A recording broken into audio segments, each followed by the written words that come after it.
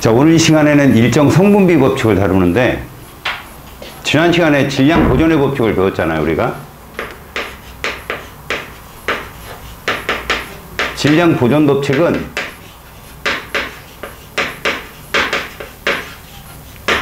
뭐 라버제가 발견했습니다, 이건 중요한 건 아니에요. 그냥 똘똘한 거죠, 그건. 물리 변화에도 통했고, 화학 변화에도 통했어요. 이 둘에 모두 성립했다는 게 중요한 의의. 얘는 나중에 고등학교에 가서도 이 아주 단순한 원리가 아주 고난의 문제를 쉽게 풀게 해줘요. 알겠죠? 그렇다면 오늘 배우는 일정 성분비의 법칙은 무엇입니까?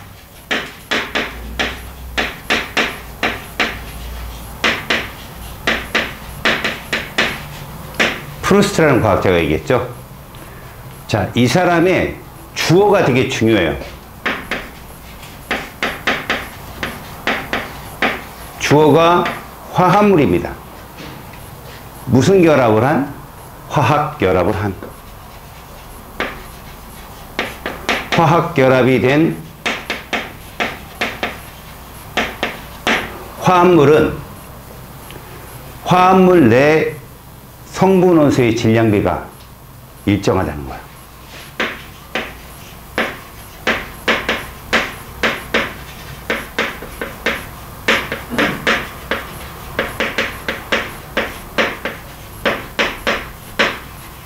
이런 얘기죠.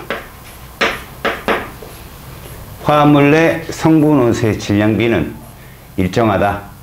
자, 이런 예가 무엇이냐면 결국 이 말의 의미는 둘 중에 누구에만 성립한다? 화학 변화에만 성립하는 거예요.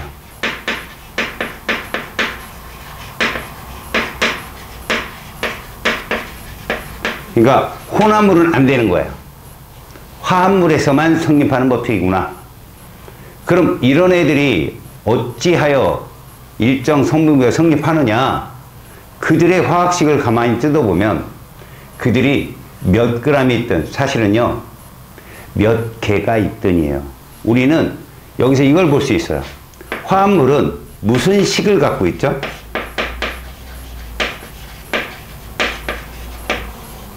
화학식을 갖고 있다는 거예요. 이 화학식이라고 하는 것은요, 그 화합물 내에 구성된 원자들의 구성비를 나타내요. 구성 원자들의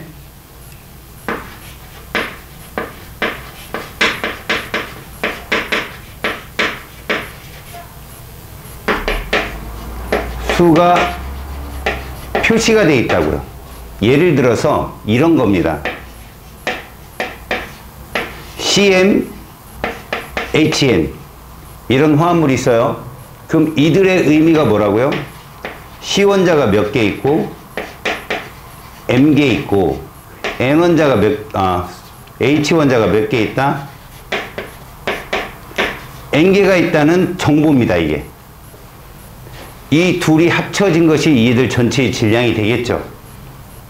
그래서 프루스트라는 과학자는 가만히 보니 이런 화학식이 우리에게 그 화합물의 질량비도 독특하다는 걸 알려주지 않겠느냐. 정말 당연한 얘기를 써놓은 것 뿐이지. 예를 들어보자. 내일 얘를 이렇게 한번 써볼게. CH4로 써볼게.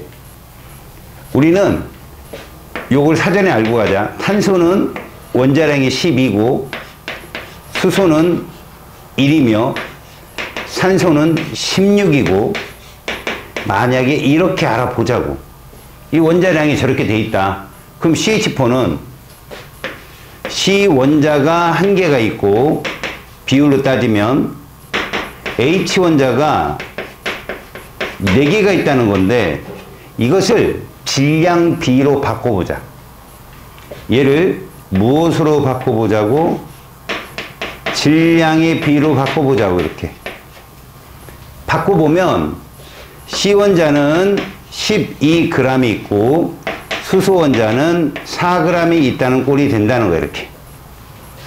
결국 얘들의 CH4의 질량 B는 약분을 하니까 3대 1이 된 거지. 그러니까 CH4는 몇 g이 있든 그들의 질량 B는 3대 1을 따를 것이다. 그러면 이게 왜 당연한 소리냐? CH4를 우리가 이렇게 써볼게. 이런 식으로.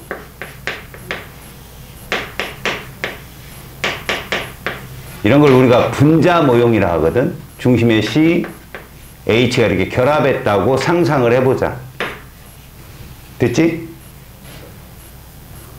이렇게 보면 되겠지. 탄소 원자, 봐. 이 CH4라는 애가 두 개가 있다는 표현을 어떻게 할까? CH4가 지금 한 개 있는 거야. 그치? 두 개가 있으면 당연히 C를 몇 개 그리고 두 개 그리고 H 원자를 이렇게 그릴 때 하나당 4개를 그리다 보니 총 H 원자는 8개가 된 거다. 이게 CH4 몇 개? 2개야. 근데 과학자들이 약속을 한 거지. 어떻게 하자고? 얘를 앞으로 이렇게 쓰자고 한 거야.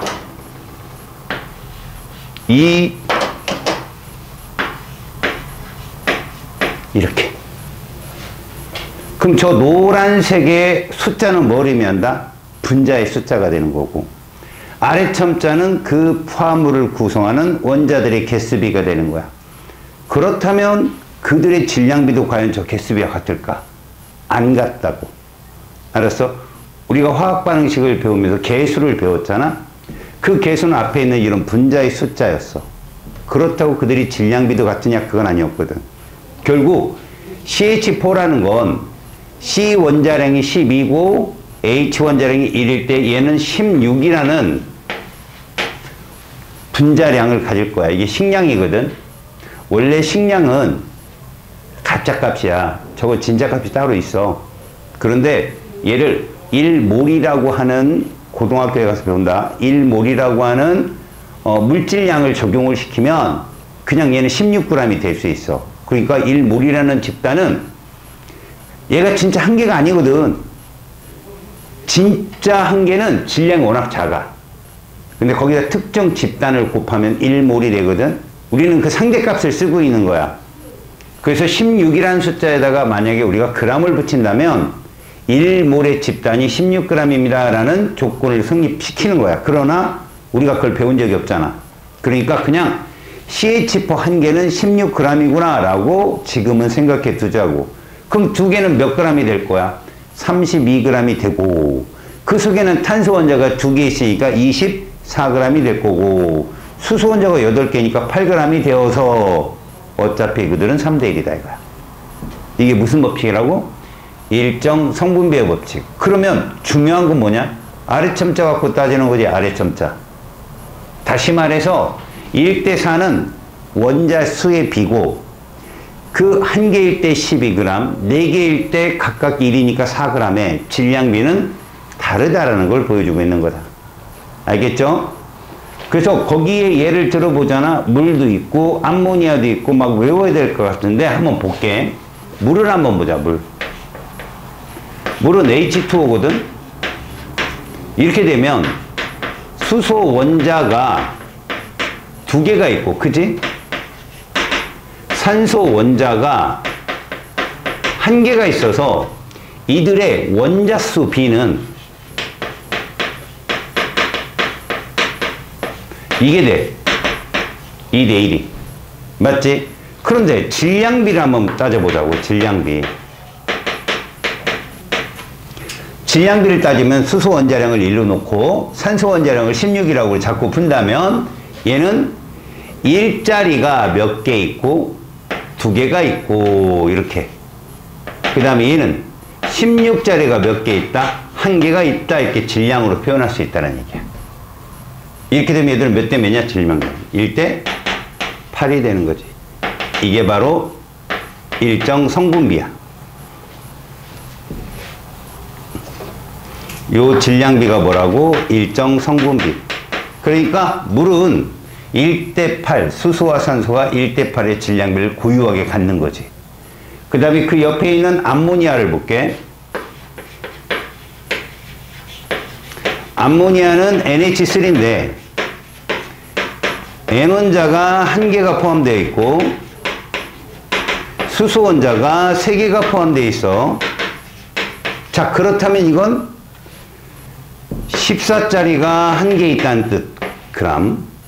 1짜리가 3개 있다는 뜻, 그람. 결국 얘들은 14대 3이라는 질량비가 성립한다. 이 고유한 질량비를 우리는 일정 성분비라고 불러요. 암모니아는 몇 g이 있든 14대 3을 따라야 된다. 이런 뜻이고, 다음에 과산화수소를 볼게요.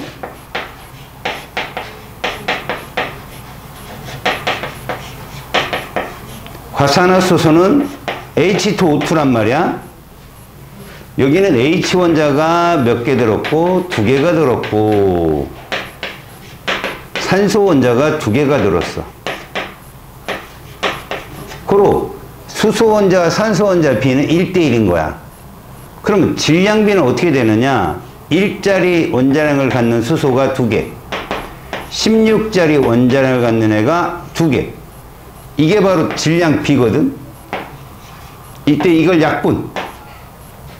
결국은 얘들은 1대 16이라는 질량비를 갖게 된다. 일정 성분비의 법칙입니다. 라고 얘기하는 거지. 자, 마지막으로 이산화탄소가 있어요.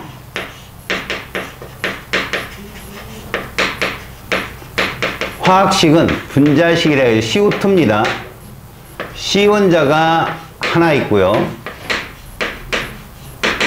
산소 원자가 2개가 있어요. 이거는 1대2라는 원자수의 비고요. 얘들의 질량비를 따져보면 12짜리가 1개 있는 질량에 16짜리가 2개 있는 질량에 해당되니까 약분을 해볼까요? 뭐 2를 약분 아니고 4로? 고로 얘들은 3대 8이라는 질량비를 갖게 됩니다. 이렇게. 결국 지금 말한 이들의 값들이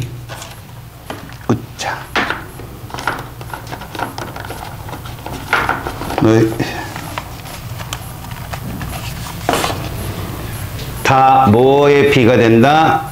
일정 성분비가 되는 거예요. 이게 일정 성분비. 각 화물의 일정 성분비라고 하는 겁니다. 자, 그럼 이런 걸 왜 배울까요?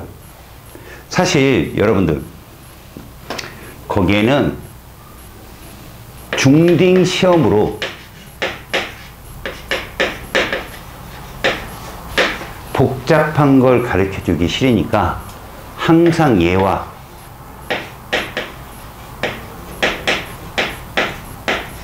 얘로 화합물을 만들기를 요구해요. 출제자가. 니들은 볼트가 몇 개 있고 너트가 몇 개 있어서 볼트 하나의 질량이 이런데 너트가 몇 개 있기 때문에 그들의 질량이 이렇게 된다는 걸 이해해야 돼요. 다시 말해서 출제자들이 원하는 건 이 볼트와 너트는 원소라는 거죠. 원소로 인식을 해달라는 거야. 볼트와 너트는 원소로 인식을 하고 그 볼트와 너트의 숫자는 원자의 숫자란 얘기죠. 자, 볼트와 너트의 수는 화합물을 구성하는 원자수다라고 인식하라 이런 뜻이에요. 출제자가 원하는 건. 그렇게 되면 거기에서 볼트하고 너트가 예를 들어 이런 게 있단 말이야. 예를 들어서 볼트가 있고 너트가 있는데 이것이 얘를 만든다 이거죠. 우리는 이렇게 보자는 거예요. 얘는 원소인 거예요. 원소. 대문자가 한 종류니까. 얘도 뭐라고? 원소인 거예요. 물질의 원소예요. 물질. 물질도 대문자 하나인 식을 원소로 부른다겠죠? 얘들이 뭐가 된 거라고요? 화합물이 된 거예요. 화합물.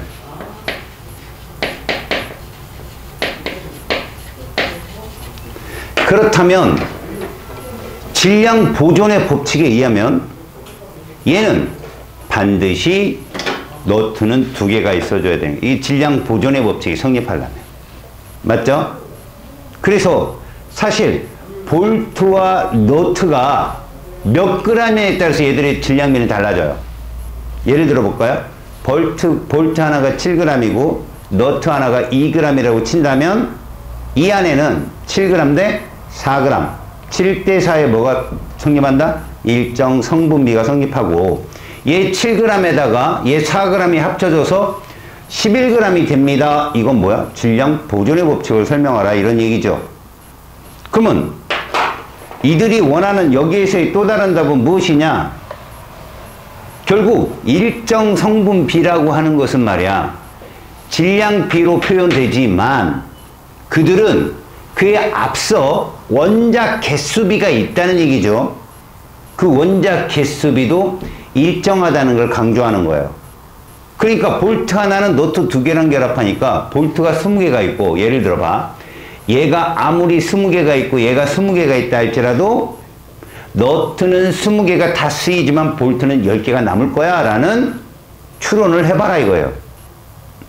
결국 무슨 얘기지? 지금 선생님이 말한 건 앞에 있는 개수비예요. 1대 2대 1. 다시 한번 설명해 볼게요. 볼트가 20개가 있어요. 볼트가 20개. 너트가 20개 있고요. 얘가 아무것도 없어요. 모두 반응을 해봐라. 이게 반응 전이잖아요.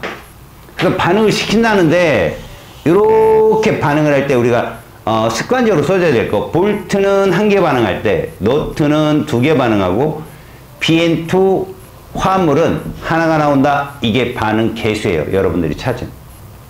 그거대로 반응을 하는데 개수가 크네. 얘를 기준으로 잡는 게 좋아요. 얘가 이렇게 20개가 모두 반응하겠죠? 그럼 2대 1이니까 몇 개만 반응한다? 10개만 반응하게도 그로 인해서 10개가 생긴다는 거예요. 이렇게. 그렇다면 반응이 끝나잖아요. 반응이 끝나면 얘는 10개가 남고 이거예요. 없고 얘도 10개가 생기더라. 이런 거죠. 그럼 우리는 어디에서? 요 안에서 요걸 이렇게 표현하는 거죠. 몇 개? 10개에 뭐가 만들어졌다? 이렇게. 알겠어요? 그럼 이 안에 너트는 몇 개 있다? 20개가 있는 거예요.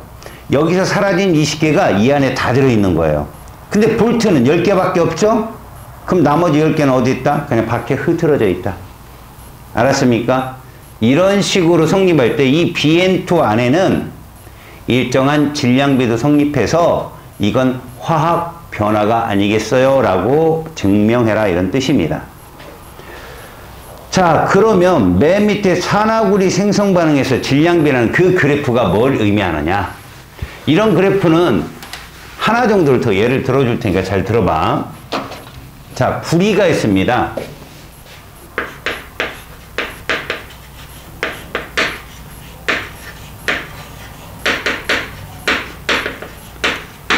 산화구리 생성이니까 화학 변화죠, 당연히. 이 변화는 이렇게 적을 거예요. 구리가 산소랑 반응하는 거예요. 그러면 산화구리라는 물질이 됩니다. 앞서 선생님이 말했지만 얘를 화학식으로 쓰면 이렇게 써요. 얘를 화학식으로 쓰면 이렇게 씁니다. 얘를 화학식으로 쓰면 이렇게 써요. 자, 식을 어떻게 쓰는지는 중요하지 않아요. 여러분들이 나중에 저게 금속 결합이고 저게 콩유 결합이고 저건 이온 결합이고 이건 차근차근 배웁니다만 너희들은 부를 줄 알아야죠.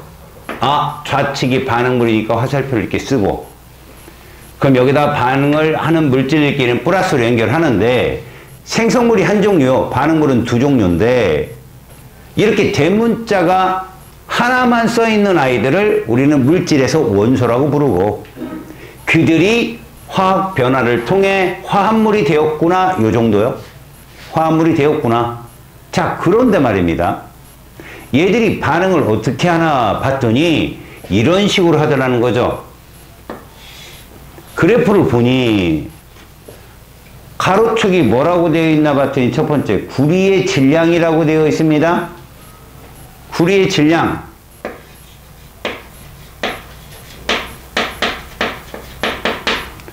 그래프를 잘 해석해 봅시다. 구리가 하나도 없을 때 당연히 세로축에 산화구리라는 게 써 있습니다. 가로축은 구리가 있고요. 얘는 반응물일 거고요. 얘는 생성물이거든. 근데 이 그래프를 구리에 따른 산화구리로 표시하려면 조건이 하나 있어야 돼요. 반응물이 구리만 있어도 되겠어요? 산소도 있어야 되죠. 조건. 이 실험의 조건은 반응에 충분한 산소가 있다예요. 산소는 무제한 공급해 줄 테니 구리의 질량에 따라서 그래프가 어떻게 변하는지 찾아볼까 해가지고 그래프를 봤단 말이지. 이렇게 그래프가 나왔어요. 그래서 가장 간단한 정수비 중에 따라 보니 얘가 1g일 때요. 얘가 5g이더라는 거죠. 이렇게. 요 점을 잘 받아봐요. 실제로 요 포인트가 말하는 반은 구리가 1g 반응했는데 혼자만 반응한 게 아니죠. 이렇게 해서 산화구리가 되었다는 뜻인데 얘가 5g이라는 뜻이에요. 이렇게 5g. 그러면 질량 보존에 의해서 이 아이는 충분한 산소 중에 몇 그램? 4g이 반응했겠구나 이런 얘기예요. 고로 이 5g이라는 화학식 안에는 구리가 1g을 차지할 거고 산소가 4g을 차지해서 결국 우리 1대4라는 질량비가 성립할 것이다 이런 거죠. 이게 일정 성분비야. 결론적으로 뭐야? 둘 더해서 이렇게 가. 이건 무슨 법칙?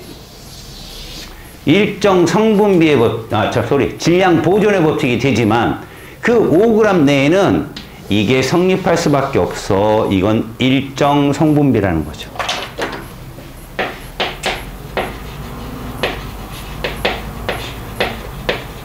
결국 쭉 와서 얘가 성립해? 이 법칙은 얘를 알려주는 정보다. 이런 뜻이에요. 지금 저 뜻은. 알았죠? 근데 그래프 하나가 더 있습니다. 구리의 질량에 산소의 질량이 있는 거죠. 그래프에서. 자, 보겠습니다.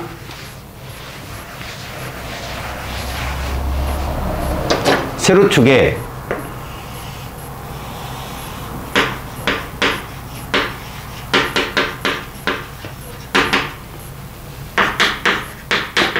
얘가 있는 거야.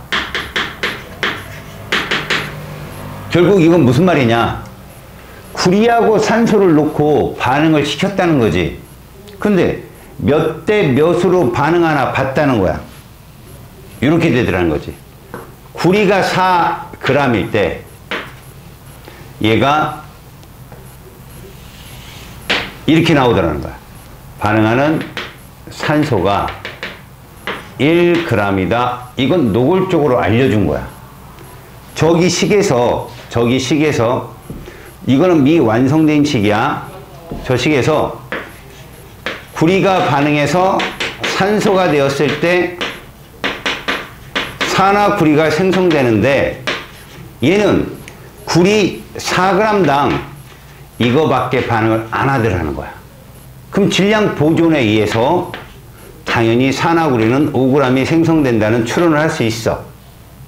됐지? 자, 이렇게 놨어. 산화구리는 4대1로 반응을 하는 거구나 라고 했단 말이야. 이거 중요한 얘기야. 이제 얘를 저 앞에 있는 이 식을 가지고 우리가 완성을 시켜보자. 이게 화학반응식이라는 식이야. 니들이 이것까지 할 필요는 없지만 한번 해보자. 얘는 지금 현재 보면 질량 보존 법칙에 어긋나. 맞지 않아. 왜 안 맞아?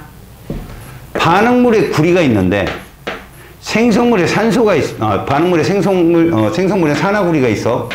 구리의 원자수는 맞는데 산소 원자수가 안 맞아. 그래서 산소 원자수 O2니까 맞추려고 2를 쓰다 보니 얘가 2가 들어가 있는 개수비가 이렇게 돼. 그렇다면 이들 앞에 있는 개수는 물질의 숫자잖아. 결국 지금 우리는 질량비를 찾았거든. 4g이요. 얘는 1g이라고. 그래서 얘가 5g 나온다고 배웠잖아. 이렇게. 그치? 그렇다면 이걸 갖고 너희들은 뭘 할 수 있느냐? 이 CU가 4야. O2가 1이고. 그렇다면 구리와 O2는 몇 대 몇일까라는 거죠. 한 개 한 개일 때는. 그럼 이때는 뭐라고 써야 돼? 2대 1이다. 이렇게 쓰는 거죠. 무엇이? 지금 이거는 화학 식량비가 되는 거예요. 물질량. 그러니까 구리 하나당 O2 하나는 2대 1이다. 아까 O를 16으로 잡았잖아. O원자가 얘가 16이다라고 잡았으니까 얘는 O원자 2개니까 얘 식량은 32가 될 거야. 물질량은. 그럼 구리는 이거의 2배수니까 얘는 혼자 이게 돼야 돼. 그래서 구리의 원자량은 64가 되는 거야. 추론으로 그냥. 알겠죠? 그러면 산화구리는 어째서 O라는 게 CU와 O가 4대1로 쓰여집니까? 얘는 O원자 하나잖아. O원자 하나에 구리원자 하나라면 4대1이 성립을 하죠. O 2개당 구리 하나가 2대1이면 얘는 64? 그럼 O원자는 16이에요. 이게 성립을 하죠. 지금 그걸 알려줍니다. 그럼 다시 하나 볼게요. 마그네슘과 산소가 반응을 해요. 그래서 산화 마그네슘이 만들어져요. 자, 이렇게 되면 여러분들은 그냥 지난 시간에 배웠던 대로 대문자가 한 종류인데 이게 아무것도 안 써 있어? 그러면 금속이라고 의심을 하라고 했잖아. 금속. 이건 결국 이온결합이거든. 금속과 비금속이 만나서 금속과 비금속이 만난 이온결합인데 얘 또한 동일한 반응이 되는 거야. 마그네슘이 있는데 금속이에요. 산소가 있어요. 화학식을 써주는 거야. 얘가 이렇게 결합하는 거죠. MgO로. 됐죠? 자, 그럼 앞에서처럼 질량보존 법칙이 어긋나요. 맞춥시다. 마그네슘 숫자 맞아요. 우원자 안 맞으니까 2를 쓰다 보면 여기도 2를 쓰게 되죠. 이렇게. 앞에 있는 물질량의 숫자를 맞추라 이거죠. 밑에 점자 건드리지 말고. 이렇게 맞췄죠. 그래서 그래프를 하나를 줘요. 출제자가 이렇게.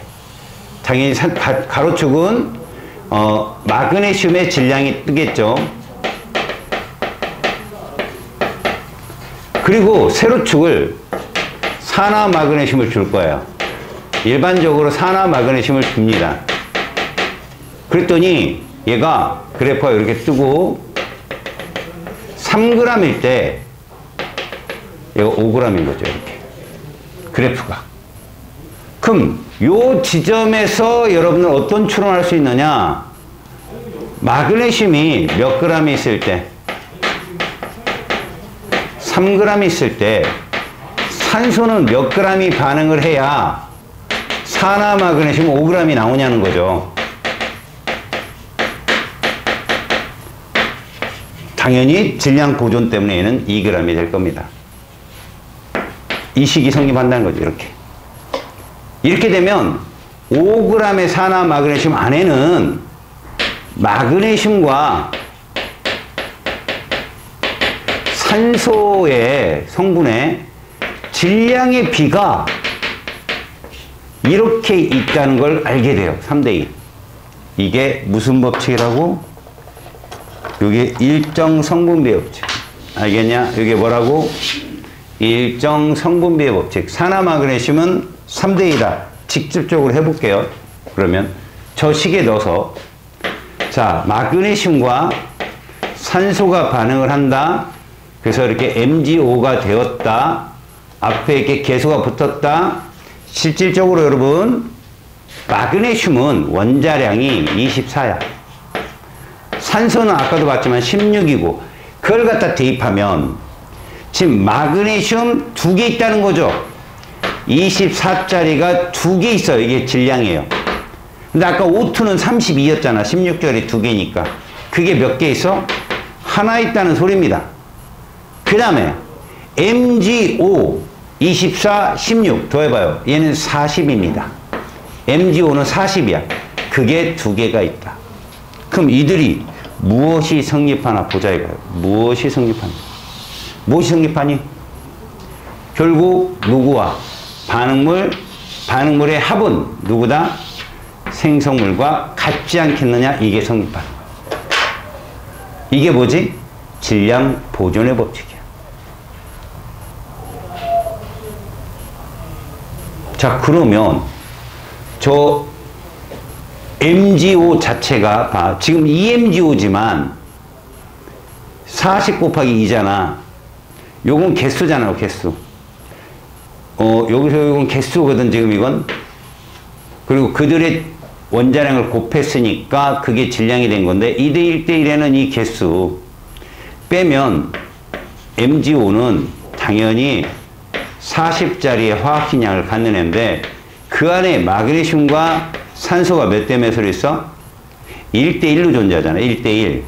얘는 24짜리고 얘는 16짜리란 말이야. 그러면 24대 16이라는 질량비가 성립을 하게 돼.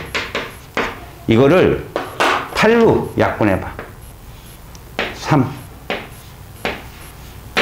결국 이게 뜨지 않냐 이거야. 3대1. 이게 나중에 여러분들이 뭐 하는 거지? 확인하는 거. 알았니? 자, 그러면 이런 문제의 가장 최고봉은 뭘까? 최고봉은 이런 거야. 봐봐. 이거는 네가 이해할 수 있으면 해봐. 알겠어? 중학교는 안 그렇게 주겠지만. 자, 여기에 실험 1이 있어.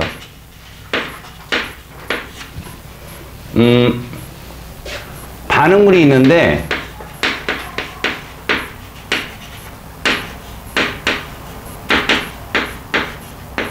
이게 있어.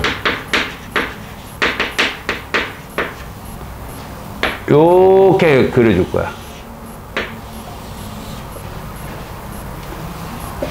A2 대 B2가 1대 2야. 이렇게. 그런데 생성물 여기다 반응전이라고 할게. 반응전 질량비가 이렇고 생성 후 질량비는 B2 대 예를 들어서 AB2 이들이 얼마인가 봤더니 10대 11이야. 이렇게. 다음 얘들은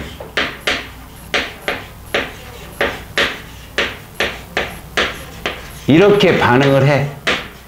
이런 식으로 반응을 한다고. 개수는 다 적어줬어. 자, 실험 2를 보면 역시 B2가 있는데 얘가 이거야. X 대 Y. 질량비를 몰라. 근데 얘는 생성 후에 이렇대.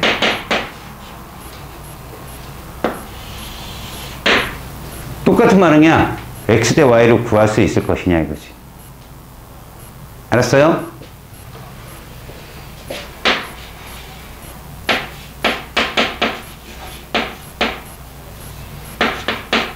질량비를 구할 수 있느냐? 두 번째,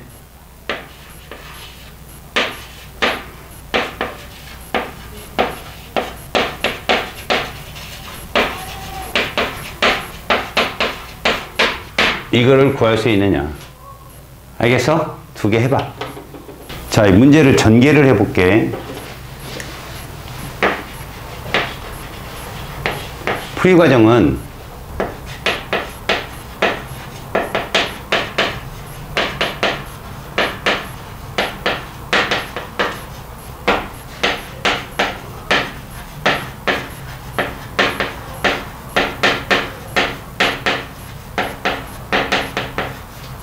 이 두 개를 이용하는 거야. 응용 문제야. 일단 첫 번째 실험 1을 전개를 해보자. 1을 전개해보면 A2라는 화합물, 원소, 그 다음 B2라는 원소가 반응을 해서 이 AB2라는 화합물을 만든 거야. 그럼 우리는 반응 전 이들의 질량비를 써놓는 거지. 이건 없었잖아. 1대2야, 1대2. 진짜 값이 아니라는 거지. 그럼 얘들은 반응을 할 거지. 하는데 얘들은 A2 1개, B2 2개, EAB2 2개의 반응을 할 거야. 이건 질량의 비가 아니야. 물질의 개수비지. 자, 그럼 반응 후 얘들이 보니까 얘는 없고 이 뜻이야. B2가 10g, AB2가 11g이 있다는 얘기지. 그럼 우리는 반응 전, 봐요. 반응 전, 반응 후 무엇이 성립할 거라는 걸 예상해야 되냐면 바로 질량 보존이 성립할 거다. 여기서 질량은 보존될 거다라는 걸 응용하는 거야. 그러면 어떻게 하면 좋냐면 B가 제일 큰 애를 기준으로 잡는 거야. 10g, 11g으로 잡는 거지. 그럼 전체 질량이 21g이 돼. 맞지? 그럼 반응 전에도 21g이 돼야 되므로 얘들은 실제 값이 3g이잖아. 곱하기 7을 해주는 거야. 그러면 얘는 몇 g이 되고 7g, 14g이 된다는 거지. 이렇게. 자, 이러면 이제 여기를 칸을 채울 수 있어. 0이 되려면 얘는 7g이 반응에 사라져야 되고 얘는 4g이 반응에 사라져야 돼. 반응물이 7g, 4g이 반응했으면 생성물은 당연히 11g이 나와야 되는 결론이 성립하는 거야. 이렇게. 그럼 AB2라는 화합물은 나왔어. 일정 성분비 A하고 B는 결국 이거야. 7대4. 저 안에 B 원자가 2개 있더라도 어차피 A 원자 총량이 7g이고 B 원자 총량이 4g이기 때문에 얘는 AB2라는 11g 속에 저게 2개든 하나든 상관없어. A하고 B의 성분비는 7대4인 거야. 자, 그럼 그걸 이용해서 그 다음 실험 2를 설계한다. 실험 2의 반응 전은 A2가 X고 B2가 Y고 얘가 없는 거지. 반응 전에. 그리고 얘들은 반응을 할 거야. 근데 동일한 반응식이라는 걸 명심해. 위에나 아래나 화학 반응식이 동일해. 마찬가지로 얘들은 개수가 이렇게 반응하지만 얘들은 모두 이렇게 반응할 거야. 7g 반응하면 질량비가 4g 반응해서 얘는 11g이 생기는 이 질량비가 동일할 거라고. 이게 동일하다고 얘랑 얘랑은. 자, 반응 후의 자료를 보니 얘가 1이고 얘가 2야. 얘가 모두 반응했어. 자, 그런데 이건 비율이잖아. g이. 어떻게 되느냐 봤더니 얘하고 얘하고 최소 공배수를 맞춰줘 보자. 2하고 11의 최소 공배수 얼마야? 그럼 얘를 22로 바꾸는 거야. 이렇게 바꿨어. 그럼 얘도 뭐로 바뀌어? 22로 똑같아졌지? 그럼 이거 몇으로 바뀔까? 8로 바뀔 거고, 이건 뭘로 바뀌지? 14로 바뀔 거야, 이렇게. 얘가 20이니까 얘는 몇이 될 거야? 11이 돼줘야 되겠지. 그래야 1대2가 되니까. 그렇다면 X는 몇 g이다? 25g이 되겠죠. 14 빼서 11이니까 Y는 8g이 되겠죠. 25대 8이 정답입니다. 이게 고등학교에 가서 너희들이 배웠던 질량보정 일정성분비가 성립하는 원리를 보여주는 문제예요. 최고 난이도 문제. 알겠죠? 자, 이제 페이지 28쪽으로 갑니다. 이제 기체 반응의 법칙이에요.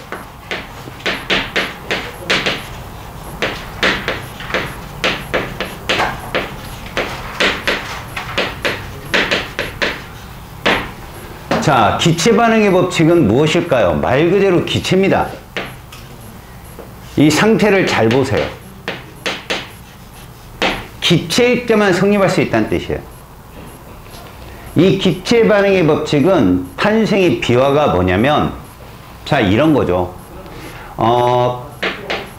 과학사를 보게 되잖아요. 돌턴이 원자설을 갖고 들어와요. 돌턴이 뭐라고 했냐면, 원자는 가장 작은 입자고 절대 쪼갤 수 없다고 그랬어요. 돌턴의 이론에 의하면 원자는 가장 작은 입자이며 절대 쪼갤 수 없다라고 했는데, 돌턴의 원자설 이후에 바로 얘가 나와요.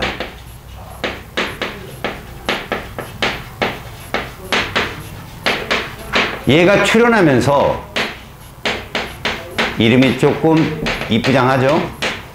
게일 이삭이라는 사람이 나오면서 원자라는 개념보다는 그보다 더 큰 개념의 필요성을 느끼게 돼요.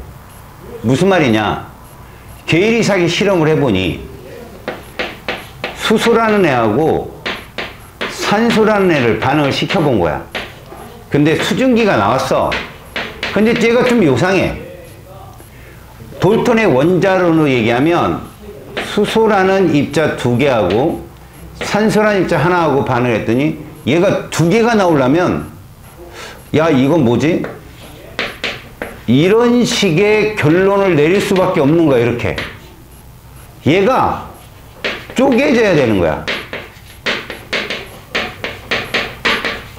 돼, 안 돼? 안 되지. 이거 설명할 길이 없네. 그래서 물어봤겠지?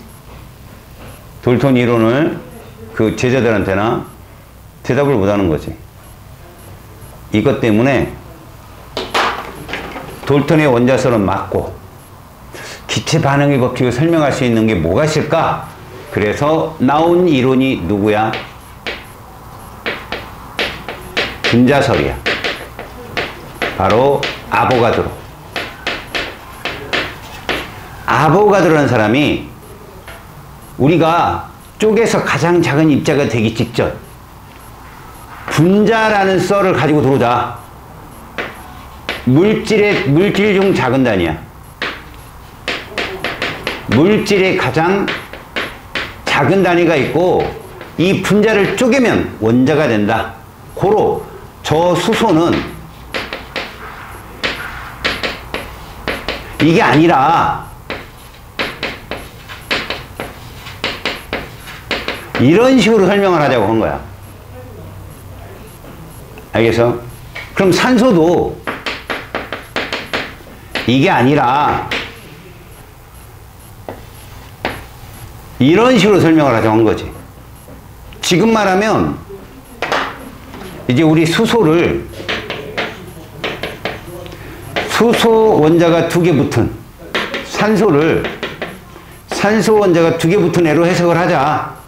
그래서 결국 수증기를 만드는데 얘가 산소 원자 하나에 수소 원자 2개 붙은 이런 애로 해석을 하면, 자, 게일 이삭이 발견한 기체 B가 성립하지 않겠느냐.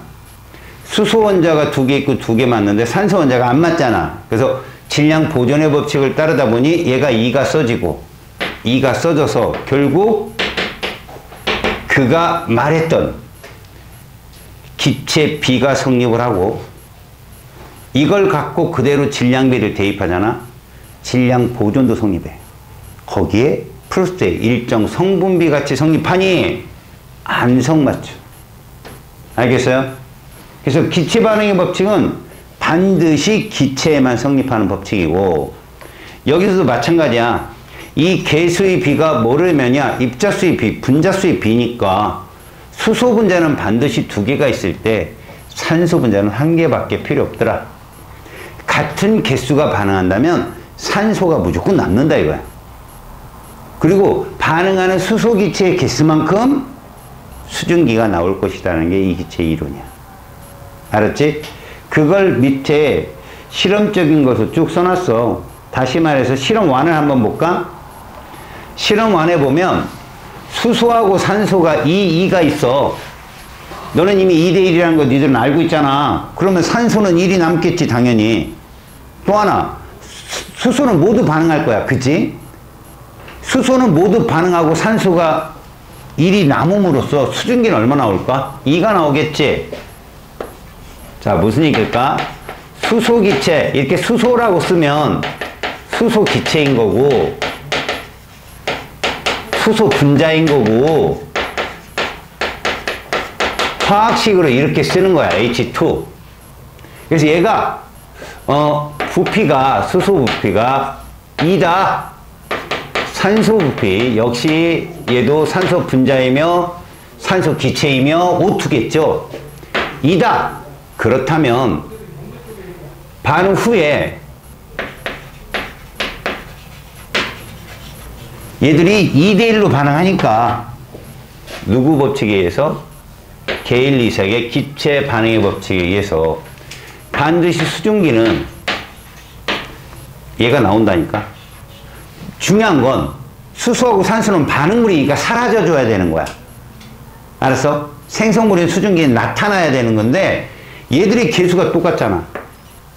그럼 얘가 모두 반응할 때 이가 모두 반응하겠죠.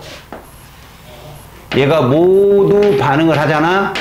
그러면 그 기체 수만큼 그대로 얘가 생긴다는 거야. 제가 모두 반응한 만큼 얘가 생성이 된다. 근데 얘는 모두 반응하지 않잖아요. 그래서 얘는 남는 기체가 누구다? 얘는 O2이며 여기서 O2가 남겠죠. 산소가 남겠죠. 얼마 남아요? 1 남겠죠. 여기서 모두 반응하는 수소를 우리가 보통 한계물질이라고 그래요. 한계물질. 생성물을 결정하는 물질이다. 밑에 실험 2를 보면 이렇게 되어 있네요. 실험 2는 4, 5가 있어. 그럼 기준은 뭐냐? 얘예요. 얘. 얘가 모두 반응한다. 4가. 맞지? 그럼 얘가 4가 나오죠. 당연히. 근데 얘는 2만 반응할 거 아니야. 3이 남아요. 이런 식으로. 알겠죠? 그러면 가만히 보잖아. 얘를 우리가 뭐라고 그래야 돼? 반응물의 전체 부피, 그지? 얼마? 4. 이건 뭐라고 그래? 이제 반응이 끝난 후에 전체 부피잖아. 얼마야? 3. 가만히 보니까 화학식으로 봤을 때 2대 1, 다시 말 합치면 3이잖아. 기체가. 얘는 2, 부피는 줄게 돼. 이 반응은. 반응이 끝나면 여기서 남든 어쩌든 간에 전체 반응은 줄게 된다고. 기체 부피가. 뭔 말인지 알겠어? 왜? 아보가드로가 분자설을 얘기하면서 뭐라고 설명하냐면 기체 종류는 상관없다고 그랬어. 기체는 이상적인 기체이기 때문에 자신의 부피도 없고 질량만 갖고 있는 애다. 그래서 모든 기체의 부피는 분자수 비와 일치한다라고 밝히거든. 그 사람이. 뭘 현재도 그걸 따르고 있어. 그러니까 종류와 상관없이 수소든 산소든 합치면 3개야 이건. 근데 얘는 2개잖아. 그지? 그러니까 전체 부피는 어떻게 되겠다? 감소하겠다. 그러면 출제자가 뭘 또 물어보냐면 얘를 실험을 하잖아? 자, 이 실험 한번 볼게요. 얘를 여기서 실험한다, 이렇게. 이게 무슨 모양이냐면, 실린더라고 그래, 얘들아. 실린더. 얘를 뭐라 부른다고? 실린더. 실린더가 원래 이렇게 생긴 거 알죠? 이렇게 원통으로 돼 있어가지고요. 여기 피스톤 이렇게 덮여 있어요. 피스톤으로. 이걸 피스톤이라 하는데, 그러니까 단순히 기체가 투입되고 빠져나가지 못하게 막는, 알겠어? 거기에 질량은 뭐 하자는 거지? 무시하고 이런 뜻이야. 마찰도 무시하자 이런 말이 꼭 들어가 있어. 그러면 결국 우리는 저 기체가 차지하는 것 생각해봐. 수소가 2고 산소가 인데 이게 반응 전이었단 말이야. 반응이 끝나면 어쨌든 기체의 종류와는 상관없다는 게 아보가드로 이론이거든. 얘는 부피가 줄 거라는 거야. 이렇게 수증기가 몇 생기고 둘, 산소가 1 남잖아. 이게 반응 후거든. 이렇게 되겠다는 거야. 부피가 뭐한다? 감소한다. 부피가 감소한다. 줄겠다는 거죠, 전체 기체가. 이제 질문합니다.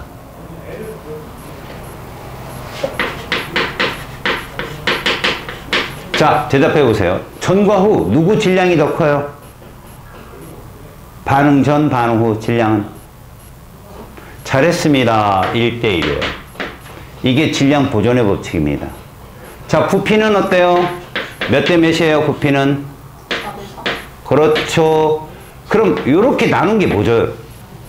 부피분의 질량? 밀도죠? 몇 대 몇일 것 같아요? 얘가 어려운 문제로 나와요. 니네 중학교 수준은 아닐 겁니다. 니네 학교가 영재고도 아니고. 하지만 저런 것까지 생각을 해보시라고요. 알았죠? 오케이. 자, 거기 있는 내용들이 다 그런 내용이고요. 그 다음 마지막 6번째, 화학 반응식과 기체 부피의 관계가 써 있어요. 기체 반응식에서 우리가 화학 반응식 내에서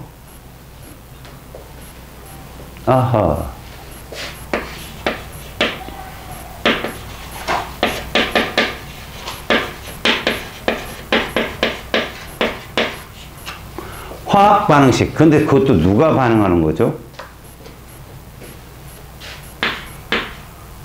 기체만 성립하는 거예요.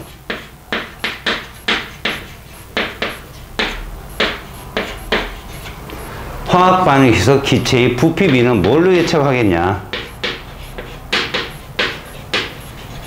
비율, 비. 이 부피. 얘는 결론을 말하자면 얘하고 같아요. 계수비와 같아야 돼요. 다시 말해서 방금 전에 봤듯이 수소기체와 산소기체가 있어요. O2. 그런데 이렇게 수증기가 되었어. 그래서 계수를 맞췄단 말이야. 왜 맞췄어? 질량 보존의 법칙을 따르기 위해서 맞췄단 말이야. 그랬더니 계수가 2대 1대 2가 되는데 이것이 바로 무슨 비와 같더라는 거지? 부피비와 같더라. 무슨 말이냐면 모든 기체는 종류와는 상관없어. 그냥 그 숫자 B가 부피비라고 아보가드로가 정의를 한단 말이야. 그걸 성립시킨 거야. 다시 질소기체가 있고 수소기체가 있는데 얘가 암모니아 기체를 생성한대. 그 우리는 원자수를 맞추기 위해서 2를 쓴단 말이지, 이렇게. 그랬더니 수소 원자가 6개가 돼서 앞에 3을 맞춰. 결국 얘들의 1대 3대 2라는 이 기체들의 계수비는 무엇이 된다? 부피비가 된다. 종류와 상관없다는 얘기야. 이거 아보가드로 얘기한 거야. 그래서 여기다가 기체를 갖다 대입하지. 예를 들어 볼까? 예를 들어 선생님이 얘기했어. 얘 30리터 있고 얘 30리터 있다. 그럼 누가 모두 반응하겠어? 한계 물질로. 수소가 모두 반응하겠지? 그럼 질소는 몇 리터 남어? 그래서 암모니아 몇 리터 생길까? 잘 들어. 얘가 30 모두 반응했어. 몇 나와?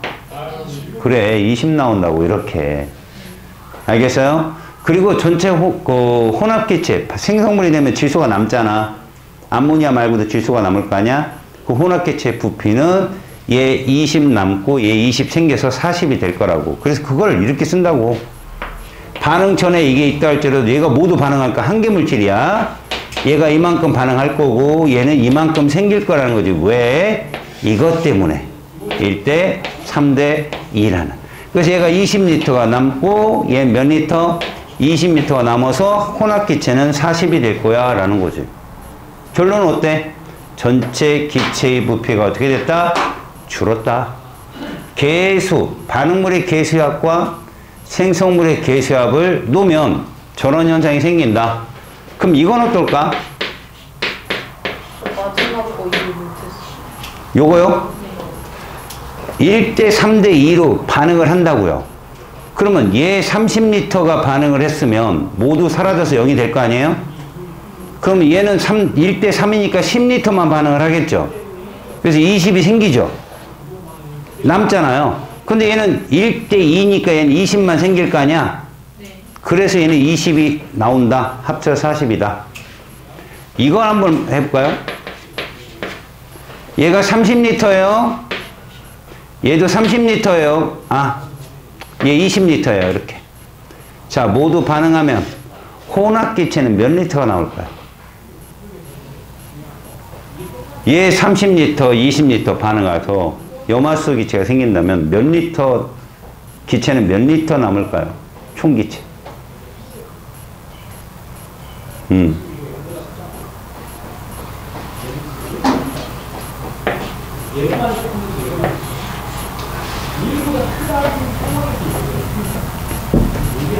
염소기체 몇 리터 반응해요?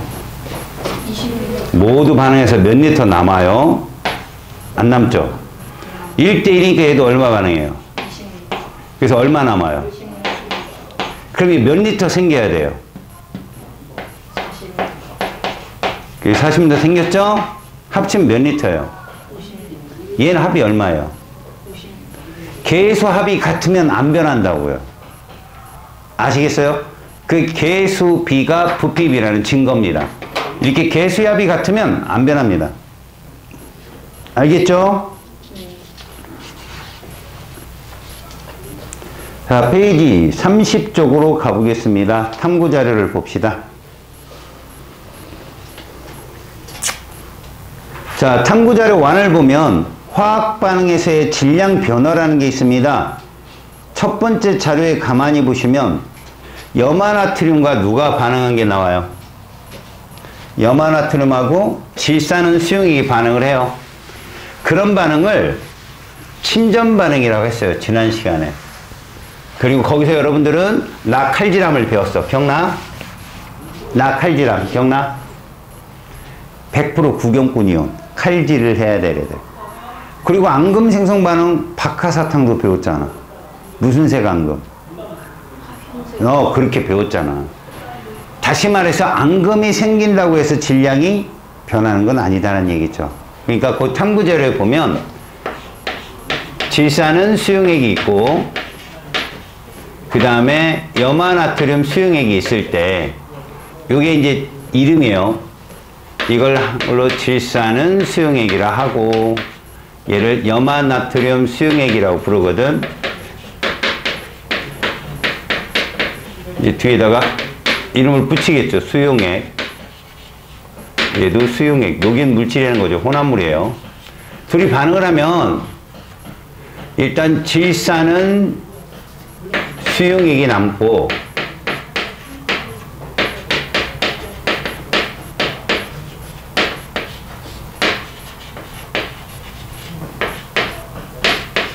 AgCl이라는 염화은이 생겨요. 얘는 수용액이라 안 해요. 앙금이니까. 뭐 이렇게 얘기했잖아. 나칼질함. 나트륨이온, 질산이온, 다 칼질해라. 그럼 남은 저 AgCl이 무엇이다? 앙금이다. 구경꾼 이온이란 얘기예요. 선생님이 많이 나오는 구경꾼 이온.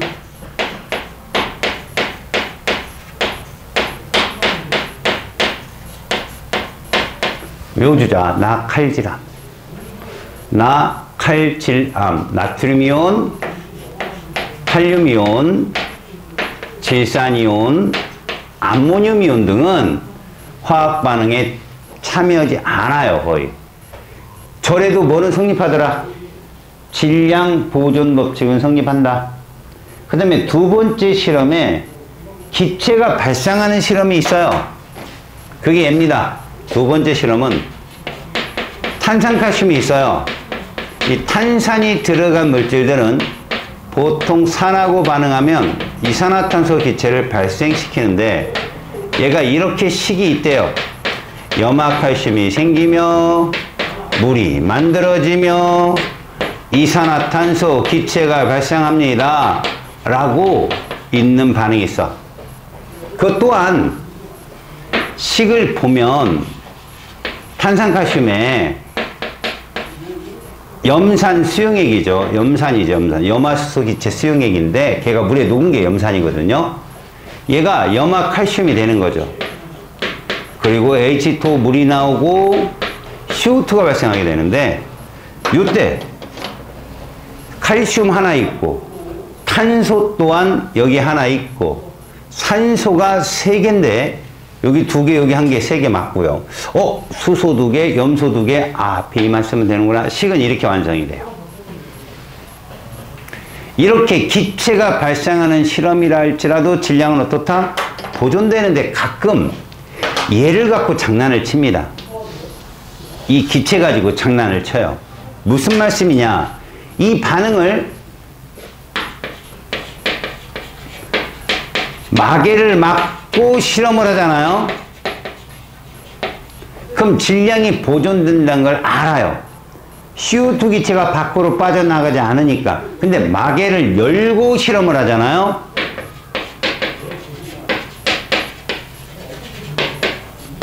자, 막고 실험을 하면 반응 전과 반응 후 질량은 얘들은 일치합니다. 반응 전을 W1, 반응 후를 W2라고 한다면 얘는 일치해요.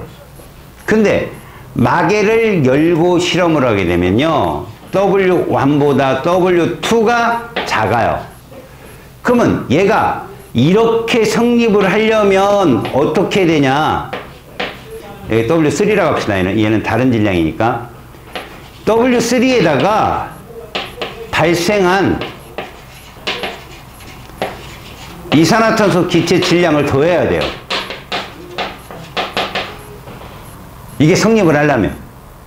그렇다고 그럼 얘가 질량 보존의 법칙이 성립하지 않나요? 하죠. 알겠어요?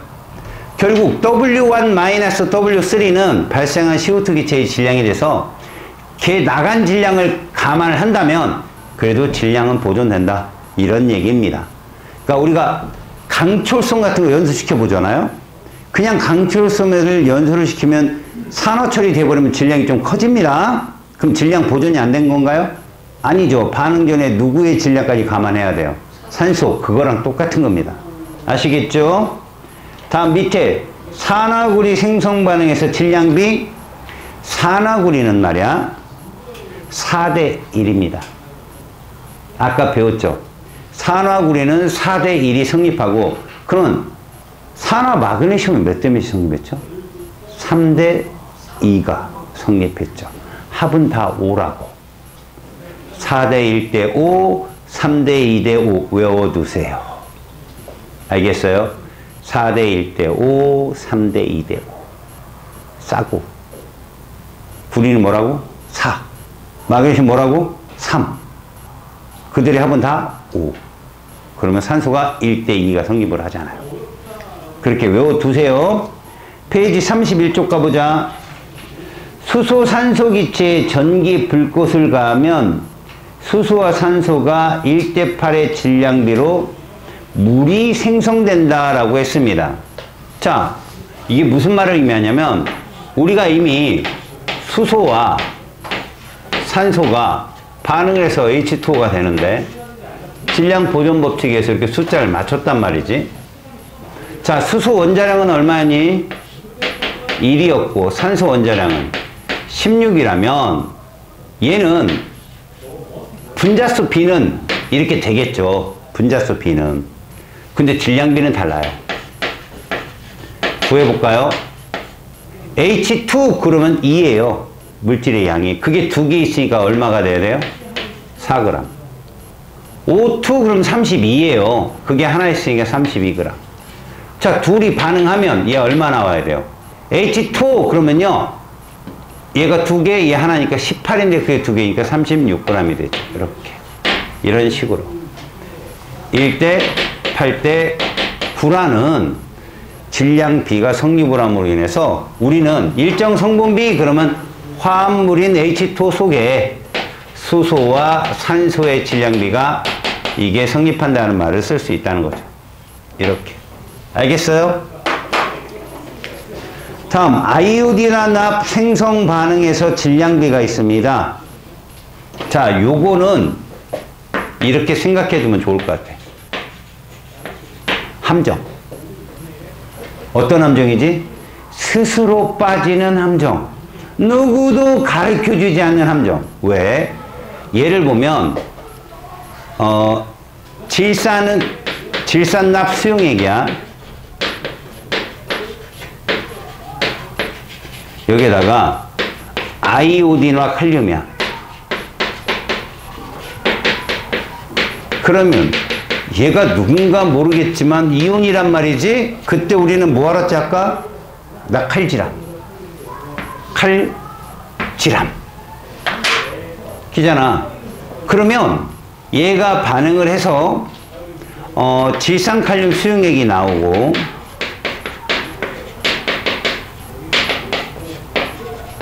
그 다음에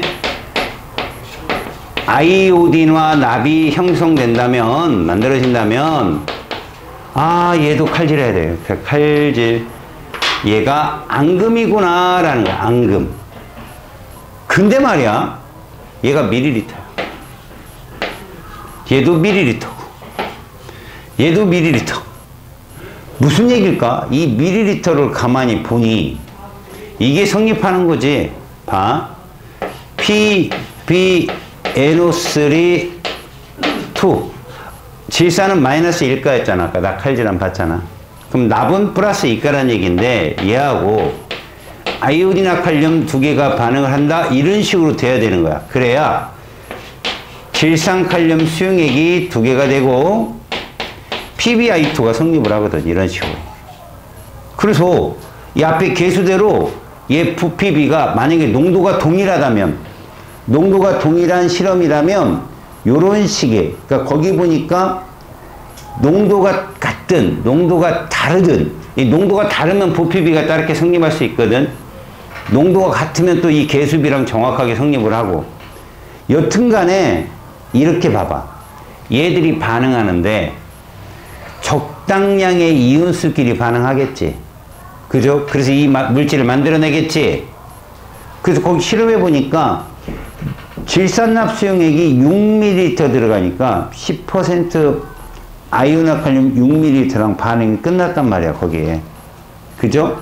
질산납 수용액 6ml와 10% 아이오디나칼륨 6ml랑 반응했더니 그래프가 떴어요. 이거 무슨 법칙일까요? 6ml와 6ml 반응했대요. 무슨 법칙일까요? 봐. 내가 함정이라겠죠? 얘 6ml 있을 때, 얘 6ml 반응했네? 1대1. 근데 개수는 1대2잖아요. 기체 반응의 법칙 아니에요. 기체 반응의 법칙은 단위는 밀리리터를 쓰지만 기체일 때만 성립하죠. 이건 일정 성분비의 법칙인 거예요. 화합물이 만들어지는. 지금은 얘가 10%라고 했죠. 얘가 10%라고 했죠. 이 퍼센테이지는 이들의 이온수를 알려주지 않아요. 퍼센테이지는 그냥 어느 정도 어린값 농도고, 얘들은 지금 부피 비로 보니까 1대1로 반응하더라. 만약에 봐봐요. 얘 농도가 더 옅어버리고, 옅어버리면 1대2도 성립할 수가 있을 거야.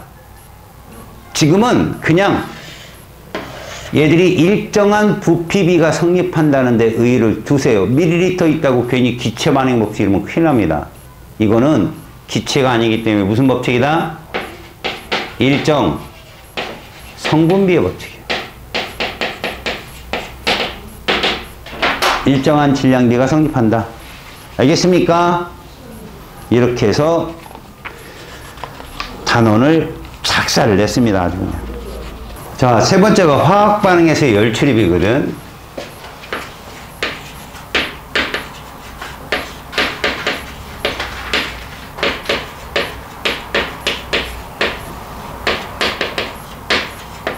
화학 반응이 일어나면 물질들은 저마다 자기의 에너지 준위가 따로 있어. 그걸 정확한 에너지 준위를 과학자들은 찾기 어려워서 온도 압력이 일정할 때 25도씨 일기압에서 그 에너지를 쭉 어느 책에 적어 놨어. 온도 압력이 변하면 물질의 에너지도 변해. 왜 그러냐? 이게 상태에 따라도 변하는데 상당히 우리가 한번 볼까? 물질의 에너지가 왜 중요하냐면, 우리가 세로축을 에너지 준이라고 이렇게 잡아보자. 세로축을 에너지 준이 이렇게 잡아보면 우리가 주위에서 볼 수 있는 얼음이 있어. 얼음. 얼음보다 물이 좀 높아. 물보다 수증기가 높고, 에너지 준위가. 그러면 얼음에서 물로 가려면 열을 흡수해야 되겠지. 그지? 또 물이 수증기가 되려도 열을 흡수해야 되고.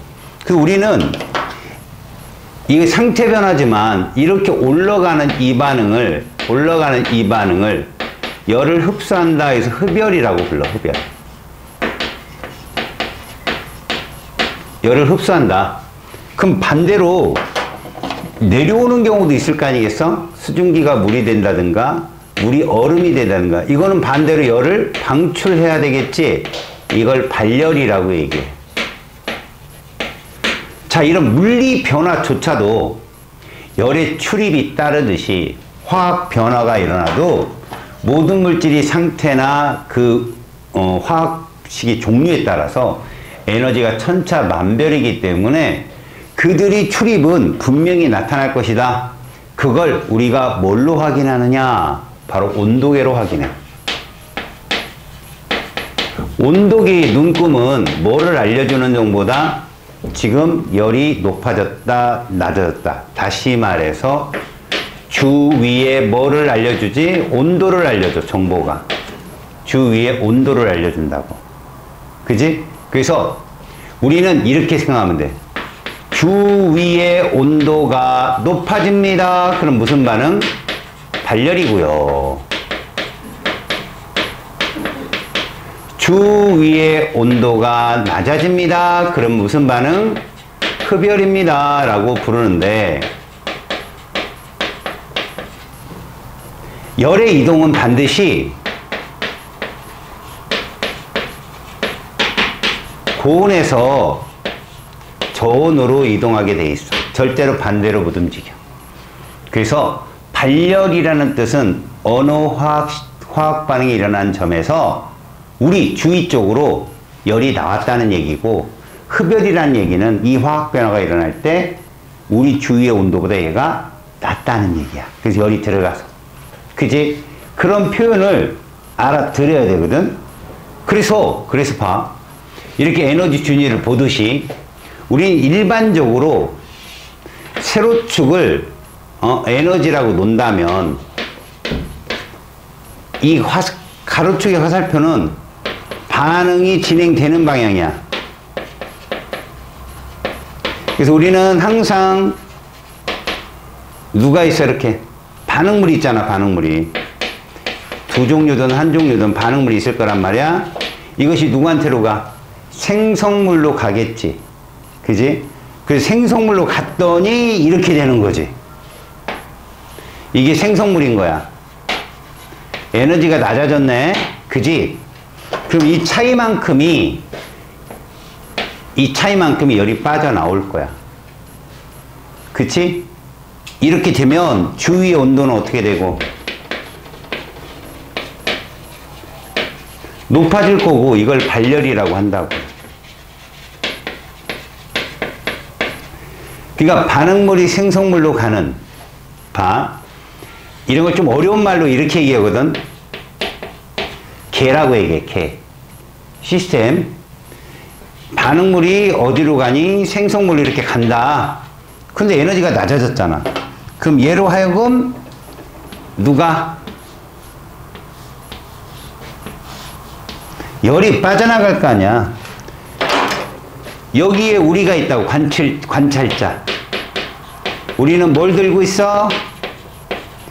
뭘 들고 있어? 우리는 온도계를 갖고 있는데 이렇게 열이 빠져나오면 온도계 녹으면 어떻게 될 거냐고. 높아지겠지 당연히. 근데 반대로 봐봐. 이런 경우라면 어떡할까? 이 개가 있는데 화학 반응이 일어났어. 이렇게. 근데 반대로 에너지가 뭐 할 수도 있어. 이렇게 들어갈 수도 있잖아. 이렇게 들어갈 수도 있잖아.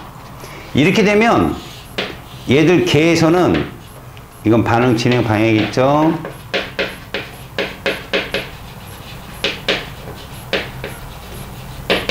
얘는 에너지 준위가 될 거고, 이 위로 갈수록 높은 거예요. 준위가 어떻게 된 거라고? 높아지는 거고. 그럼 얘가 반응물이 여기 있다 그러면 저렇게 열이 들어오는 이유는 생성물의 에너지가 높기 때문에 그래요. 그래서 이 차이만큼의 열을 어떻게 해야 돼요? 흡수를 해야 되거든. 그래서 열이 필요한 거죠, 주변에. 그럼 우리는 이걸 무슨 반응이다? 주위 온도가 이러면 어떻게 되겠어요? 온도가 떨어지겠죠? 이걸 흡열이다. 참고로 에너지는, 물질의 에너지는 낮을수록 안정해요. 그럼 얘는 어디에서 어디로 가는 거예요? 불안정에서 안정으로 가겠죠? 얘는 안정에서 불안정으로 가게 되고, 그래서 얘 반응이 세상에 더 많아요. 70%, 30%는 될 거예요. 아시겠죠? 그래서 발열 반응 같은 경우는 어떤 것들이 있습니까? 라고 한다면 그런 게 있겠네요. 기체가 발생한다거나, 열이 당연히 발생하는 거니까 중화 반응, 산염기 중화 반응 정도가 발열에 해당되고요. 또 뭘 태우면 따뜻하잖아요. 연소 반응이 여기에 해당되고요. 그 대부분의 기체 발생 반응들이 다 발열이에요. 흡열은 주위를 온도를 떨어뜨리게 하는 반응이기 때문에 이런 것들은 별로 흔치 않아요. 그래서 학교 선생님들은 흡열에 대해서 많이 내는데 그 중에 광합성이 흡열이에요. 빛을 받아서 반응이 진행되잖아요. 그죠? 햇빛이 있어서 빛이 있어줘야. 이때 중요한 건 선생님 빛은 열 에너지가 아니잖아요. 아니에요. 빛도 열이에요. 받으면 뜨겁잖아요. 알겠죠? 그 빛 에너지를 흡수하는 그것도 광합성도보다 흡열 이렇게 됩니다. 그래서 흡열이 얼마 없습니다. 자, 넘겨볼까요? 자, 페이지 40쪽이 있죠? 여기에 보니까 흡열 반응이 있고, 넘겨보면 그 페이지 38쪽은 발열 반응이 있죠? 그래서 발열 반응에 얘는 좀 외워두시고요. 대부분 발열 반응에 얘들이 어떤 게 있다고 그랬어요? 산염기 중화 반응이 있고요. 그 다음에 연소 반응이 있고요. 기체 발생 반응이 있고요. 기체 발생 반응은 대부분 이런 걸 거예요, 아마. 뭐, 탄산칼슘의 산. 아까 배웠죠? CO2 발생하는 거.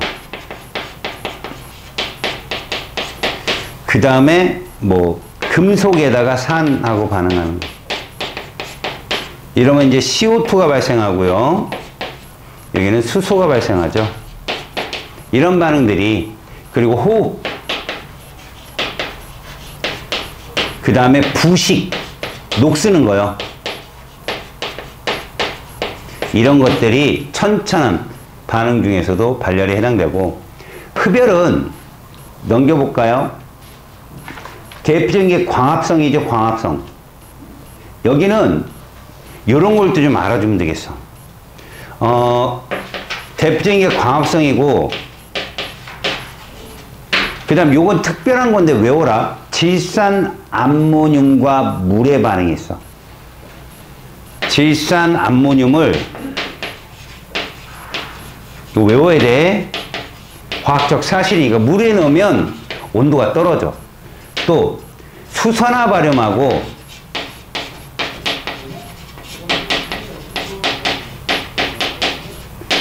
질산 암모늄이 반응하면 또 이것도 무슨 반응이야? 흡열이야. 알겠지? 그리고 나머지들이 있어. 대부분의 물질의 용해도가 흡열이거든.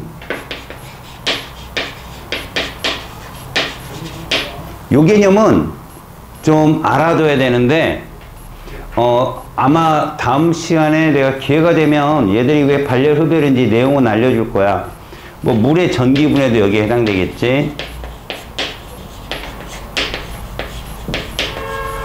이런 것들도 흡열에 해당되는 거죠. 그죠?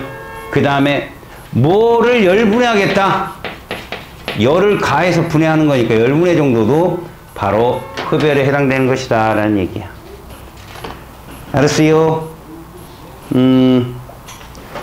다음 시간에 페이지 40쪽 알겠죠? 요 부분 C 부분을 다시 한번 설명을 해 드릴게요. 여긴 숙제하지 마시고 앞장까지만 해오시고. 알았지? 테스트는 앞장까지만 보겠습니다. 기체 반응의 법칙하고 일정 성분의 법칙 위주로 보겠어요. 오늘은 여기까지만.